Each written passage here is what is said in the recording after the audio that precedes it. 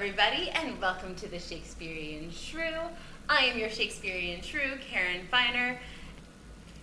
Welcome to a podcast that is a decorum-be-damned entrance into all things Shakespeare. So, on that note, we are going to be talking to one of our great fools for Love's Labour's Lost. Not that you're a fool, Denton. So we're back with Denton and Meehan, who we just talked to for Merry Wives. Yes. And now we get to talk to again, one-on-one, mano-on-mano. That's right. And no French accent in this one, or did we? No, we thought about it. I've teased it a few times, but I think I'm good doing a French accent, at least for one more show. Yeah. I don't need to do it for a while. No. You get a vacation.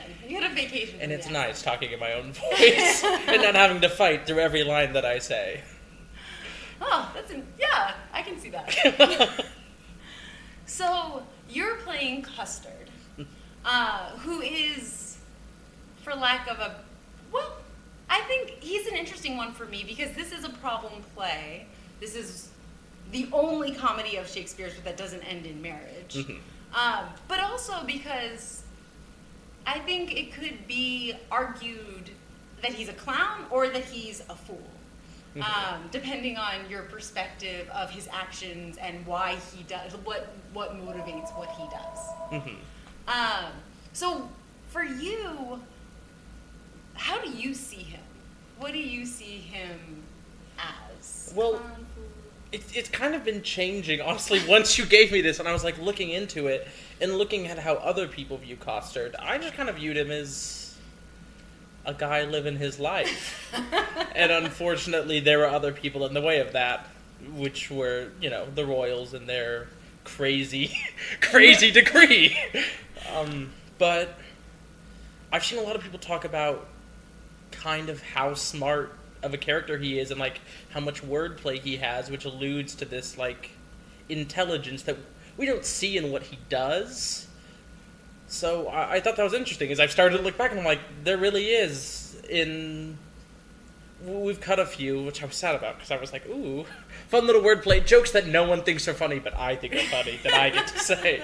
But there are, a lot of really, clever things that he does, which you wouldn't think by looking at what he does in the show, which is create the biggest mess possible, which sets the whole thing in motion. Which brings me to my next question, which you actually kind of just answered, which is, does he disrupt the status quo in Love's Labours? Does he disrupt kind of the power structure in this play?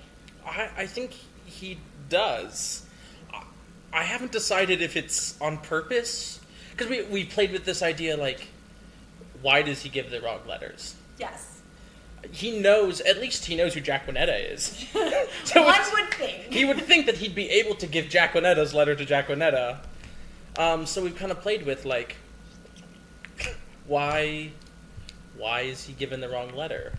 Can he not read? That's kind of been, what we've been playing, maybe, this is someone at the time period who wouldn't be educated, so he doesn't know what these are. He's just kind of being pushed around by these upper-class people, and I don't think he cares about them. Yeah. That was kind of what I was playing is, I don't think he's purposefully doing it, but I don't think he's specifically not being purposeful with what he does. He doesn't care. He's just kind of going through life doing the things that these people who have a lot of effect on him but don't seem to really care about him. Right. So he's purposeful in the fact that he's not purposeful. Well, and his position within that society, his position, Jacquinetta's position, Moth's position, right, there's a very big discrepancy between, it's almost like Midsummer, where you've got the mechanicals, and then you've got the upper echelon characters. It's very similar. Except there's a lot more interplay between the two storylines than in Midsummer. Yeah, he's got a lot of...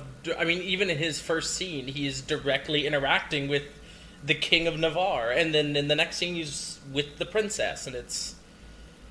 Yeah. They're not nice to him. No. They're pretty open about how they feel about him and how they view them as entertainment. Right. That they made this rule, so they've got no pleasure, but we'll have Armado to entertain us, and we'll have Costard. They will be what keeps us engaged through these 3 years.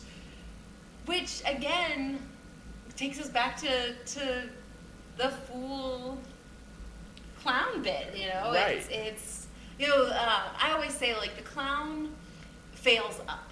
They mess up, but they mess up in a way that actually has, like, beneficial or enlightening results. Mm-hmm. The fool kind of holds a mirror up to the other characters and says, do you see why you're being an idiot right now? Mm-hmm. And so, I don't know, the more I look at this play and the more that I look at Costard, the more I see both aspects where his actions, he's both making mistakes that are causing moments of, well, disaster, but through disaster, some kind of enlightenment, or, right. you know.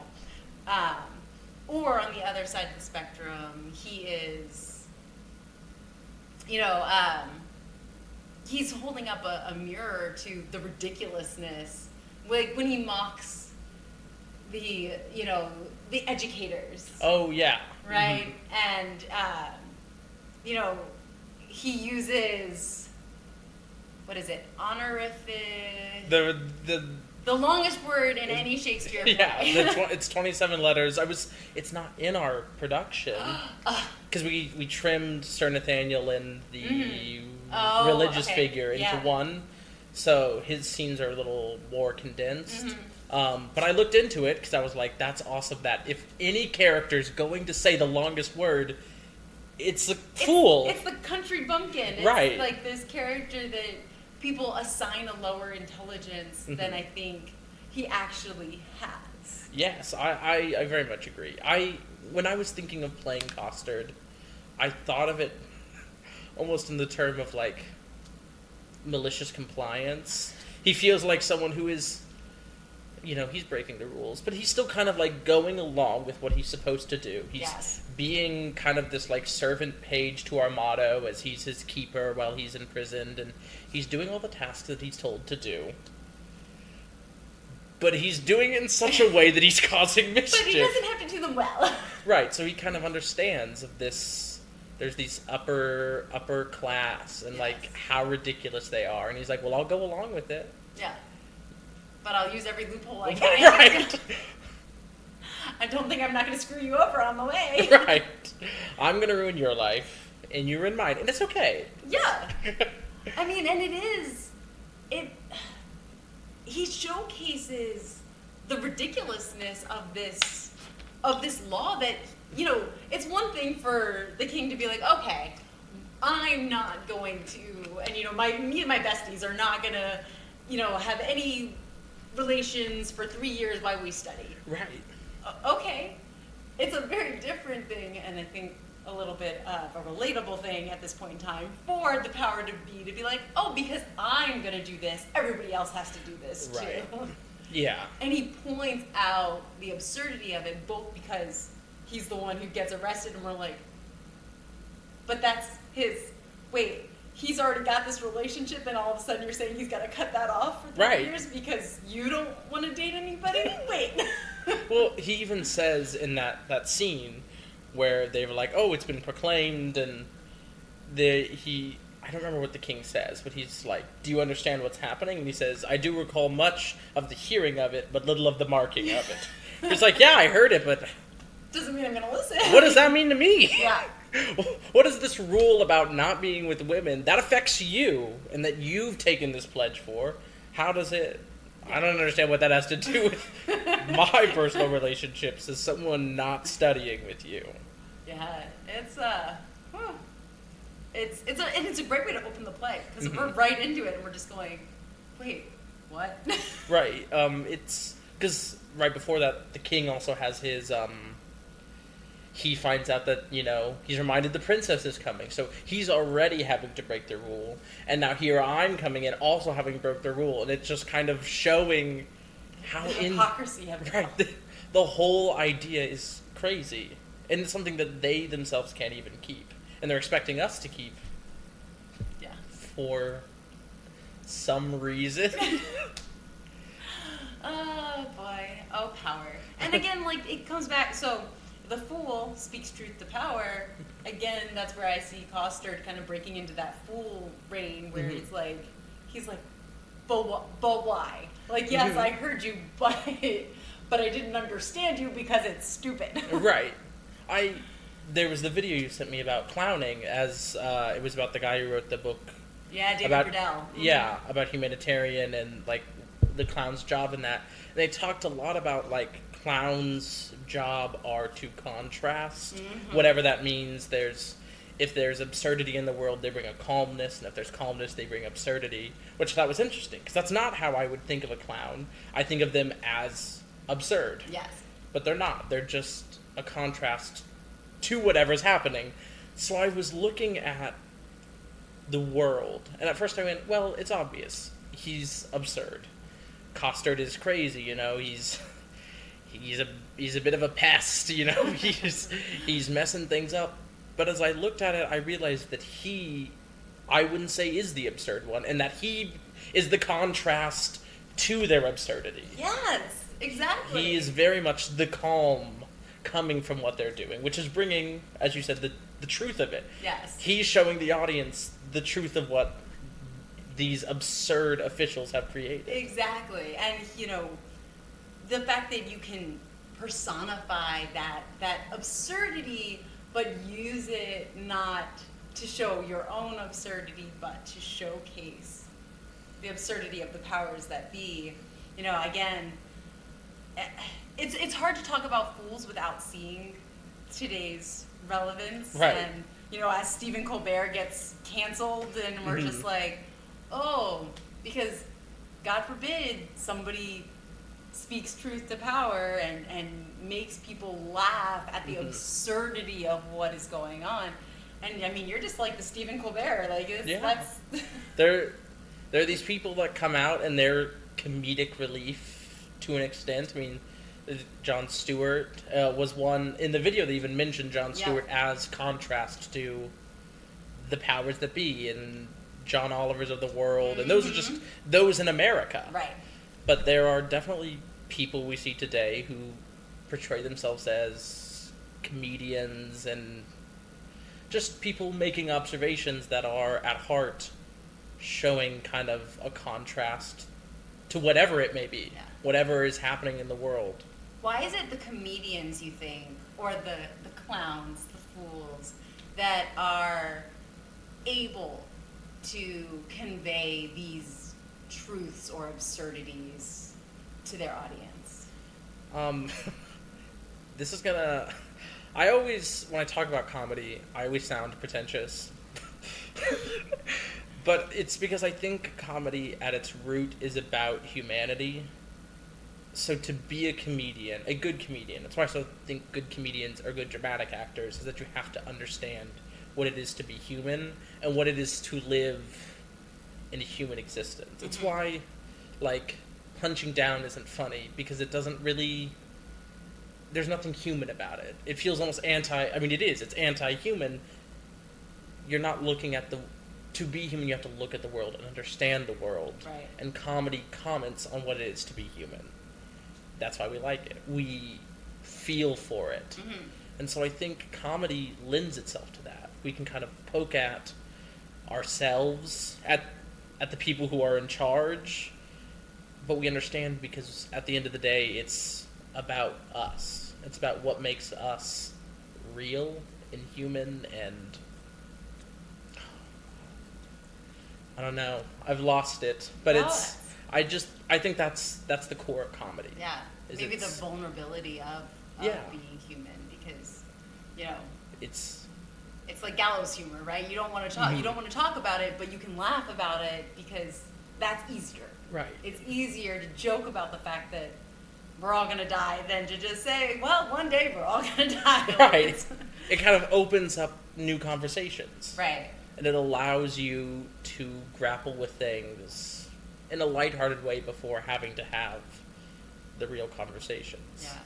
So is the humanity aspect of it, what is the most difficult part of being funny, of intentionally creating humor for an audience? I would say truth. That's the thing. Like, if you ever talk to a director and they're like, it has to be truthful. That's what'll make comedy work. You can't push for the comedy. You can't try to be funny. You have to live in the truth of the situation, because the absurdity of it will be funny, because we understand, even in a situation like Love's Labours, where it's been decreed that you can't be with a woman for 3 years. We understand Costard's reaction and like what he does in that situation, and it's funny. Yes. Or we don't understand it, which is also what's funny about it, because it breaks how we view the world. So truth is like the key to comedy. Mm-hmm. So you can't. So by truth being the key to comedy, I mean, we do see comedians that are really over the top. Mm-hmm. How do you do that? So like Chris Farley, You're right. right? Love him, but because he is incredibly over the top. How do you go over the top and still keep the truth of it? I think for me, I've always just, this is gonna sound pretentious, but like lived in it. I have to believe who I am. Like, Costard is a little easier because he's just kind of a guy put into this situation. But like when I was playing Caius, who is in every way an over-the-top character, to play a character like that, I had to understand him and just kind of believe what I did.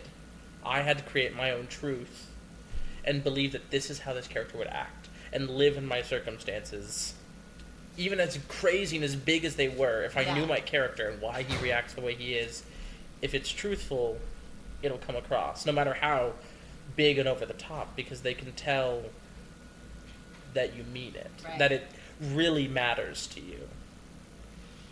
So the best thing, I think, as an actor is when you get the laugh, when it hits, it lands, and all of a sudden you just like hear that explosion of laughter, and you're like, yeah, yes, like it worked. Mm-hmm. But why do people laugh? Like, why? What do you think initiates that response for them, especially in the theater? Mm-hmm. Because when we're outside the theater and somebody says something awkward or uncomfortable, a lot of times our reaction is to kind of laugh. We laugh it off. It can be a fear response. It can be, a response to feeling like you're in danger. So you're like, all right, I'm going to laugh at this and like walk away. But in the theater, there seems to almost be a contagion about it. So what do you have any thoughts on kind of what the impetus is for that? I don't know. I know this is a thing.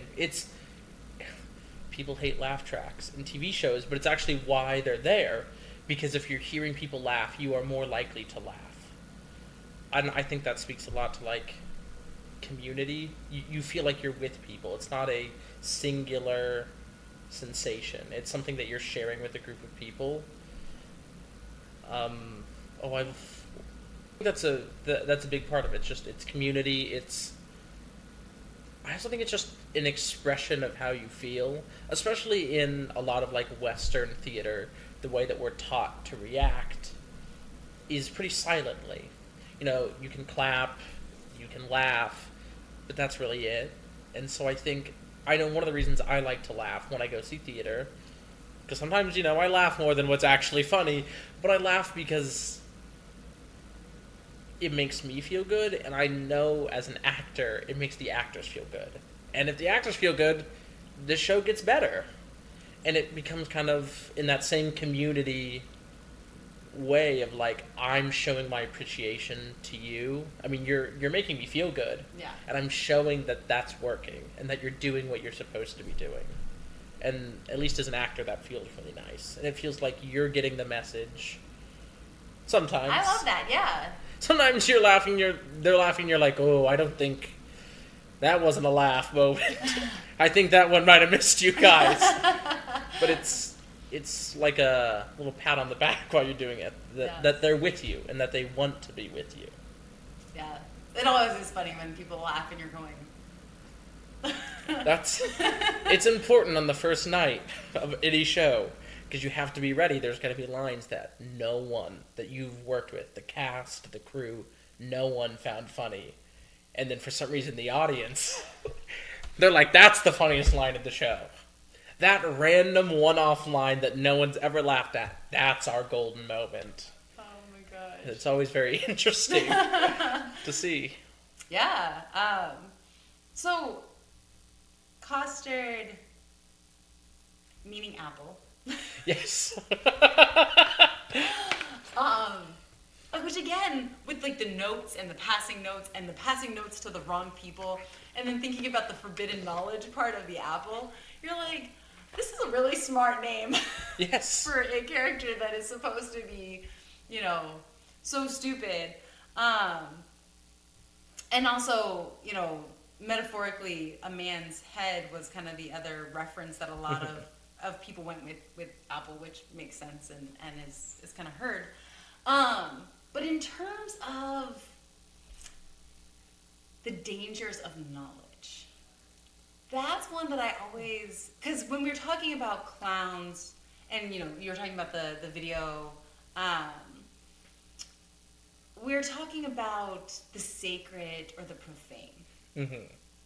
And what's interesting to me about both of those is that it's dangerous knowledge. That's what with the sacred, that's why they didn't want the Bible in Elizabethan England to be put into English, because it would make it accessible and therefore no longer sacred. It would no longer have that aspect of withholding that made it special and important. And then with the profane, again, Elizabethan, it was the burgeoning of the spy network, right? That was when the first spy master ever existed, and secrets and knowledge became economically valuable. Mm-hmm. And so playing into that, and the fact that a lot of players were spies, fun fact. I didn't know that. That makes a lot of sense, I think. Yes, I mean, the most well-known, obviously, is Marlowe. But because they could travel. And they had a reason to travel, and they had a reason to talk to people from all over the place. And so it's, again, I'm finding... I never found Costard as fascinating as I have recently, since I've started re-looking into Love's Labours. And I will admit, I was one of them. It was like, Love's Labours, kind of like, I just missed it before I gave it its due. But with the forbidden knowledge aspect of it, does it make you reconsider the intentionality of Costard in terms of like some of his actions and why he does what he does? That's kind of, yeah. I didn't know any of that. That's so interesting. The spies and bringing language to the people, right? Because that's what theater did. It was our first real literacy, because it was a shared language that everybody could access. Because again, the church was like, no. But now we're monetizing it. Now we're making it an economy. And you talked before we started about two of the biggest fools in Elizabethan England, right? And again, they were the rock stars. Everybody knew who they were. Right. And so that idea of them making so much money, them, you know, I kind of lost my train of thought on that one. I just was like, and we're going, and now I've lost where we're going. But I think it's just interesting because did we move away from the sacred and profane aspects of the clown, or did it evolve? I guess is my question, because if we look at the old school clown, like if we look at the clown of the Hopi tribes, right, which was the sacred clown, or I think the holy idiot, which might be my favorite name for a person ever, the holy idiot. That's the dream, to be called the holy idiot. But they are mixed into ritual. They are part of it, but also a part from it. So they disrupt ritual, and they bring the profanity into the sacred.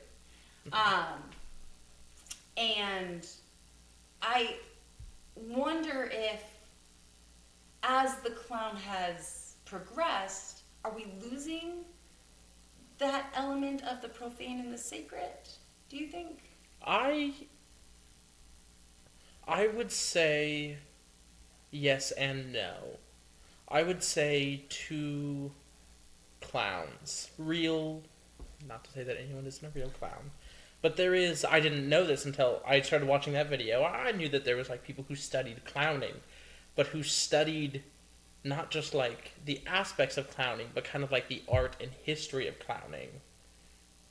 That I think there is some work to be said about people who do the profane versus the sacred, and like that's at the core of their art. But I think clowns have kind of lost in I guess the zeitgeist, like our modern understanding of a clown. I don't think is seen as disruption in any way. I think it's just kind of seen as like a fool. Yeah. Because there was the natural fool, or it's just kind of someone who's not as smart, and that's kind of like the butt of the joke. Right. And I think that's a lot of how clowns are viewed, rather than... Kind of like Bottom. Yeah, like Bottom. Just, oh, that's kind of a silly guy, and he's doing silly things. And I'm sure there's arguments to be made about Bottom, what he represents, and what he says. I love Bottom. So. Yes, great character. But I think that's a lot of how people view clowns nowadays. And not that there aren't people, I'm sure, somewhere very intentionally writing clowns into their new plays and movies, but I think that's not how the average person would view, and honestly not how I thought of the clown. I know it's Shakespeare, so they have to have some deeper meaning, but before I dove in, I wouldn't have thought of them as so specifically attempting to disrupt the status quo. Yeah. And, I mean, some people will argue that they're not, they're, like you said, they're in opposition to, but I do like the term disruptor because it's not necessarily a bad thing. No. It's something that forces static into the flow of communication, so that what is heard on the other end changes. And I think that is what the fool does so well, and the clown does by doing it so poorly. Like, I think Bottom does change our perspective in terms of what's possible, and but he doesn't do it with intention. Right. he stumbles his way in there. Right. It's like in Much Ado, same thing with what is his name? Dogberry. Yes. Yeah. Where he just messes up until he manages to do something right, and but it's not with intention. Yeah. But yeah, so I don't know. I just love these characters because I think they're on the boundaries of our society, and would you say Costard is in this play kind of on the boundaries of the society within the play? Yes. Well, there's not really, besides Moth. Well, even Moth is with Armado. Costard and GRÉNLAND are the only characters presented that are not in any way really associated with the court. Yeah. They are, like, fully removed. They're just common folk. We even played with, like, what is Costard's job? Like, what does he do? Because some people portray him as, like, a jester. But I think that's a disservice. I agree. So we were like, who is Costard? Is this just some guy who broke the law and now he's been thrown into this? Which I think is the best option. Yeah. Because he's so removed from what's happening, Right. that it allows him to kind of be a foil to these royals. And it's because, like, a fool normally belongs to the power, you know, of the community. But Dogberry doesn't really belong to anybody. Like you said, he's no one's man, really. He's just forced kind of into servitude as penance. Yeah, for being with a woman. His woman. It's right. What the hell? So, being on the outside, I do a lot of studying on monsters. And so for me, I think the clown and the fool could be considered monsters because they are on the outside. They don't fit, they don't belong, and with that comes a little bit of fear. Because they are, like you said, with the disruption and that aspect, they're not doing what is expected. In this play, but also kind of larger than that, why is that? Because most people don't laugh usually at monsters. Monsters, you don't really are like, oh, hilarious. But why, with clowns, is the disruption and the showcasing of societal boundaries funny when with, like, a vampire, the werewolves, it's scary? Well, I think it's interesting, speaking of, like, monsters, that even monsters themselves, as originally written, usually represented some sort of otherness, like the werewolf representing queer men, and this kind of, like, split identity that is seen as, like, monstrous, or Frankenstein and the idea of humanity. But what makes the clown funny? Well, yeah, I'm curious because I'm, you know, as I'm working on my project and I'm, you know, talking about all these different monsters, the clown is really the only one that uses laughter to show difference. Yeah. You know, every other monster uses fear, and, like, sometimes we laugh and, you know, when we're afraid, like haunted houses where we're like, you scared the shit out of me. Right.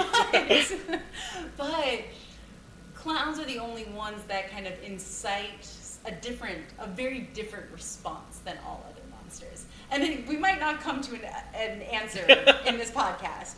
But I'm just, like, that's one of those things that I think is, I can't stop ruminating on is, why is there such a different response to the same showcasing of boundaries and absurdity as the monsters do, like you said? Because every monster has its human component. Right. That's what makes them compelling. Yes. And I think, and this would just be my guess, as to why clowns are funny and why we need them to be funny is kind of going back to that community aspect, is that we like comedy and it's something digestible, and I think it can be hard for certain people to relate to a monster. A monster as they've been branded, but I think to a comedy we like that person. Yeah. So we want to kind of understand them. So it maybe brings a different kind of unity, like monsters you unite against, while clowns you unite for. Yeah, I think that's an interesting way of putting it. Like, we want to root for them. Yeah, Even they're the underdogs. Right. Even monsters, when we know that they represent something, they're still monsters, and that kind of scares us in a way. They're disrupting in a way that we view as wrong. But clowns, we disrupt in a way that we view as right. Which I think that can be a whole bigger conversation of how do we properly disrupt? And that's not something I'll be able to answer. But it'll be a really fun conversation for later. But I think that's a conversation that we're having now, that we've had for centuries. How do we disrupt? And is it necessarily wrong to disrupt in the wrong ways? Well, and I think that's a great point, because if you look at something like Black Lives Matter, right, that is something where a lot of people were like, they're not doing it right. Right. They're too aggressive, they're too disruptive, they're too violent, they're too whatever. And they wanted them to disrupt in a specific way. And I think that kind of is exactly what you're talking about, right. Which is this idea of like, oh, what's a good way right. to disrupt, and what's and I think the secret is that they don't want a disruption. Yes. And I think people often misuse his work, but Nelson Mandela has often said that peaceful protest is important, but it doesn't always work. So there's a question of disruption and how we do it, and maybe the way that makes you feel the most comfortable, like the clown, doesn't always get the point across, and sometimes we need the monster. Yes.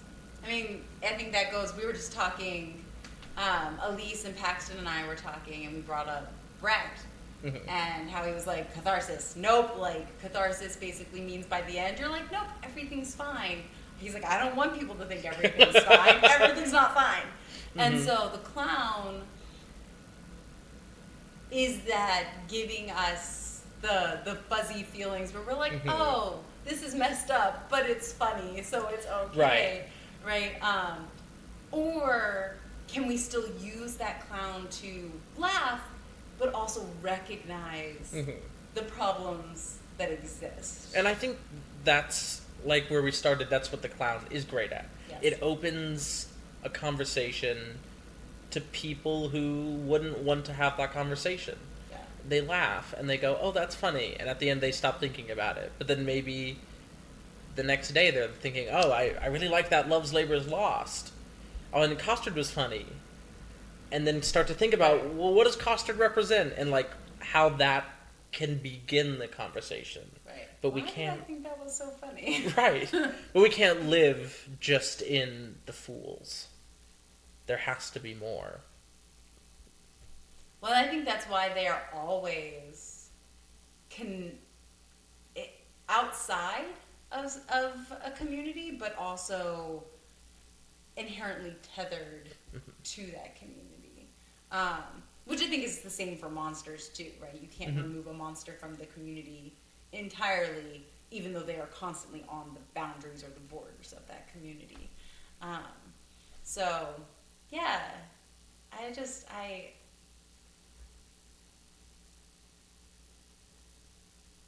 mean, I do, one day, I'm going to see a person in the audience who's going to be like, the clown, ah! But, to be fair, like, clowns, like circus clowns. Scary. It's so scary. Very scary. What is up with that? I don't know. I was reading about, like, what Shakespearean clowns would wear. Oh, yeah, like and I was, motley. And... Yeah, and, I mean, they're much more traditional-looking clowns, and I was like, that's terrifying. I would not want to be in the globe watching something that scary. You didn't want, like, the sheep's bladder? No! Like, the sheep bladder scepter? Absolutely not. Oh, come on, we can get you one of those. I mean, I would like to play with one as an actor. Give me a sheep's bladder scepter, please. But as an audience member, in this close of a theater, absolutely not. I don't want someone shaking sheep's bladder near me. But again, I think that points out, you know, one, they costumed them that way because they were outside of all the sumptuary laws at the time. So they wore something that was basically colors vomiting Yeah. onto a person. But it again it creates that monster effect, right? They are visibly othered, which allows us some reprieve from what they're saying and what they're doing, which I think is, necessary for them not to get killed. Just throwing that out there. There's a reason that clowns can speak truth to power, right? Because, well, fools technically can speak truth to power. It's so hard. They're used interchangeably so much. I'm like, no, distinguish. So, what is your favorite part of Love's Labors? Ironically, my favorite part, I love Costard. I love the way that the show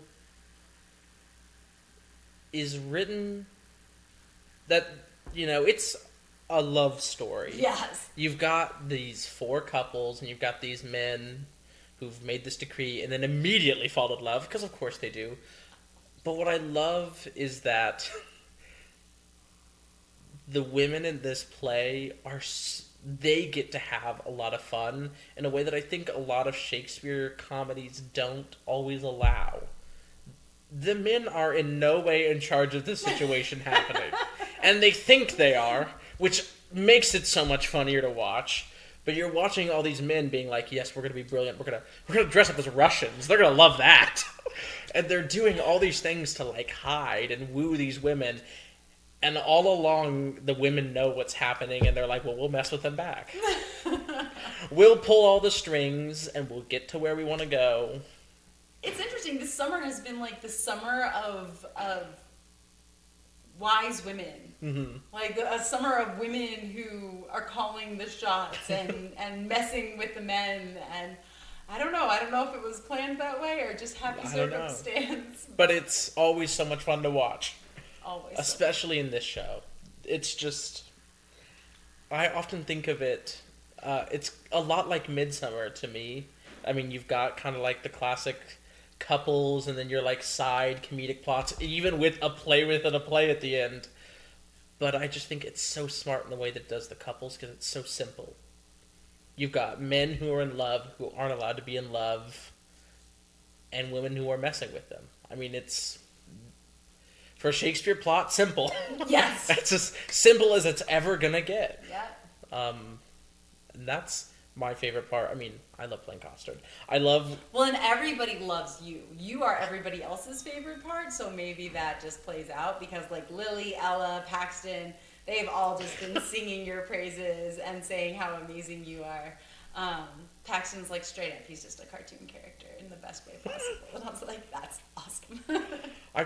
When I started the show, when I was trying to figure out who Costard was, I was like, I'm just gonna do something.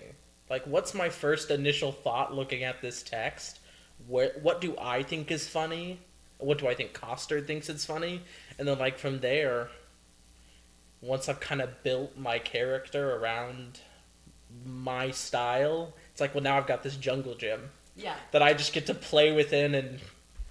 And I mean, it is pretty freaking funny that, you as Costard, arrested and in trouble for wooing your woman, mm-hmm. and then you're sent to woo the Right. women of, and you're just like, what the hell? It's just such a fun role to play, because it's ridiculous. It's ridiculous. He's a man with too much game. Is that a crime? That is the best description ever. Oh, that might be the title. And I think it's true. That's what I've been playing with. It's he's a man who knows what he wants, and he goes for it. Which is the kind of the opposite of every other man in this show, which sets you apart yet again. Right. They've built all these rules in this world that they're trying to live within. It's almost like a comedy of manners, that they're so strictly trying to live by this set of rules by society Yeah. that it makes them absurd. It makes the absurd guys seem normal, sane. Or maybe you just are, and everybody, this is... Well, he is. Yeah. In my opinion. That's the most sane character on stage. It's kind of like a 12th night effect, right? Where, like, if everybody else is crazy, then, who are you to be, just... You either have to, join them or play the fool, like Festi or Costard, where you're like, oh, I'm just going to watch the shit show unfold. That's right. I'll do what they say, and I'll just live my life, and I'll win in the end somehow. We'll see when we get there. I didn't think that far ahead. I mean, and again, this is kind of an abnormal ending. This is actually a very abnormal ending for Shakespeare's comedies. So, it's going to be a fun one to watch. Yes, I love it. I'd not read it or seen it before we started working on it, and now it's honestly one of my favorite comedies. Yes. It's just so unique. Well, that's what Paxton, it's one of his favorites, and he's like, I just love it. And, but it's just underrepresented, underdone, under-taught. I didn't teach it in my comedies. But it's not one of the big ones that you think of. No. Maybe that's because it doesn't have the normal Band-Aid weddings. Right. It doesn't fit comedy. Yeah. It doesn't have... It doesn't fit. Which is weird, because when you watch it, for the most part, the show is hilarious. And every character... Sometimes it can be hard in a comedy when you're the character that's not very funny. Because every actor has been there where they have to play the character that just kind of is there. But in this show, no one is like that. Everyone has their moment. And yet, technically, not by modern standards, but by Shakespearean standards, it's not a comedy. Right. And that's what's I love about it, because I struggle, I think, more with Merchant of Venice. Mm-hmm. Where you're watching it and you're like, it fits the bill for a comedy, but you're just like, this is hilarious, I guess. Yeah. This is so messed up. Everybody's either racist or, anti-Semitic. Which I'm sure is why, one reason Shakespeare is so brilliant. He plays so much with what is a genre. Right. What do we consider a genre, and how can I just, mess that up? And he plays so much with the rules, and I think he loves fucking with the rules. Oh, yeah. He is, people are always like, okay, you gotta do Shakespeare the way Shakespeare needs to be done. And I'm like, I don't think Shakespeare would agree. I think he'd be the first one to be like, nah. He broke the rules. Exactly. He'd be like, do what you gotta do. Right. But, it comes back to that pedestal where we're just like, oh, we'll put Shakespeare up here. But this is one that showcases that he really didn't... He mocked the rules, both in genre and in the content itself. So... It goes back to the sacred and the profane. It can feel weird sometimes playing Costard. I feel a little... like I'm ruining the sacred with the way that I'm acting the show. There's some gestures that are maybe a little crude. And I'm like, this is the profane. This is the profane. I'm making a Shakespeare purist clutch their pearls right now with the things I'm doing on this stage. But I think that's actually kind of perfect. I think that's exactly what he intended and what the role needs. Yeah. You're, like you said, we talked about earlier, it's offsetting, you are that opposite. Mm-hmm. You are bringing what is missing. Mm-hmm. You're the missing piece. I am the missing piece. I'm going to tell the whole cast that you said I'm the missing piece, and they should all remember that. You absolutely can. I'll back you on that one. That's right, you will. I'm gonna tell everyone. I'm gonna be insufferable. Counting on it. Okay, so the show is coming out. It's opening pretty soon. Yes. So it opens August 7th. Yes, it does. And goes till August 17th. Mm-hmm. So everybody, you have 2 weeks to see the sacred, the profane, Love's Labor's Lost.